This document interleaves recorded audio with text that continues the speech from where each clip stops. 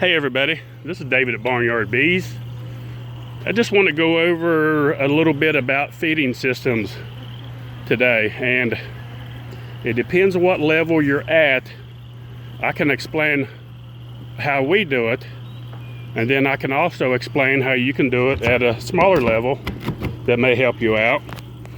The way we do it, we have a 250 gallon tote, and inside, you can't see it now because I got it covered up with sugar water. There's a 1/2 horsepower submersible pump in the bottom, and it circulates straight up and comes across and back down, and that constantly circulates and mixes that sugar water. It's pulling it up and slamming it back down in the water and just constantly recirculating it. Okay, within that system, you have a valve here that can be shut off, and you can hear it shut off, and then you can open this valve up here. When you open this valve up, it diverts it straight out into your water hose.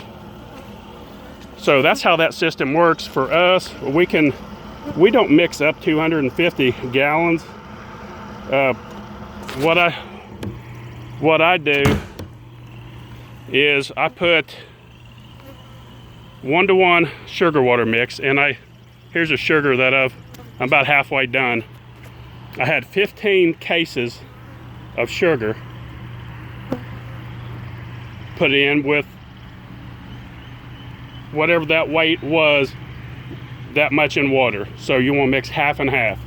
I got it down to a system where I pump this straight from a water well. So it's 100% well water. I pump it for 10 minutes straight. I've done the math and the timing, and it'll put exactly the amount of water that needs to be half and half water, half sugar in the system. So that's quite a bit. You figure these are 4-pound bags. There's 40 pounds per case, and we put 15 cases. So that's a lot of sugar water, and that gives us enough to feed this yard about 2 times, and just maybe a row extra after that. So this will last about 2 feedings of what we put in there as of right now. Right now it's, we're starting to get into a nectar flow, so as time goes on, it'll probably end up being the same, because our bees will all increase at the same time. So, but that's our system. So now here's another way that you can do this. I'll go up here and look at this little, for example, this drum we got right here sitting. The way we used to do, you can do the same way, and there's different ways that you can mix up. This is a 55-gallon drum, so that's taking your system down a lot. And you can mix. You don't have to mix the whole 55-gallon. You can do 25 gallons of syrup. Make it half. Now there's different ways you can do this. You can also use a submersible pump in this. I don't have one set up now because we have moved on. We're using a 250-gallon tote now. But what we did before was just use a trolling motor and put that trolling motor down in and put your water in and drop your sugar in it, and it's simple as that, and that'll keep it stirred. Now you can also go with a submersible pump as well and do the same thing. You just have it, your submersible pump put in with your water hose on, coming up and then circulating back down into your tote the same way, or into your barrel. That will work just as easy. You can use a 1/4 horsepower, well, I think they come in thirds, a 1/3 horsepower, then it goes up to a 1/2 horsepower, I believe, then to a 3/4. So one of those small 1/3 horsepowers would be plenty for this, just to keep it circulating.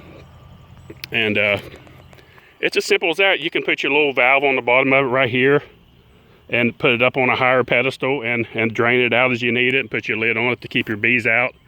You can use your essential oils. Your essential oils will add life to your mix, especially the tea tree. It's an antibacterial, antifungal material, and I need to make a video on mixing that as well, and I will before too long. Now, okay, say that system's too big for you. Well, from there, you can go to a 5-gallon bucket. Now I advise not to boil any of your water. The thing is with sugar water, just mix it the day before. So it'll mix up fine. It'll look real milky when you mix it in cold water, but the very next day it'll be crystal clear. So if you want to do it in a 5-gallon bucket, all you got to do, go stand over here and shine on my bees while I'm talking to you, because I don't have a 5-gallon bucket, is get you a 5-gallon bucket, fill it up with half water, half sugar, 1-to-1 mix right now, and use you a drill and a paint paddle, a paint stirrer, and use that and stir it up really good. Put your lid on it, come back the next day, you're ready to go. So there's 3 systems explained to you that you can do it at smaller levels, your 5-gallon bucket.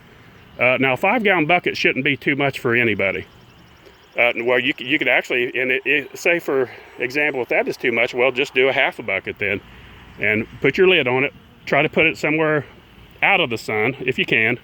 With me, I can't. I don't have a choice. It's got to be out here. That's why I especially use essential oils to add life to it.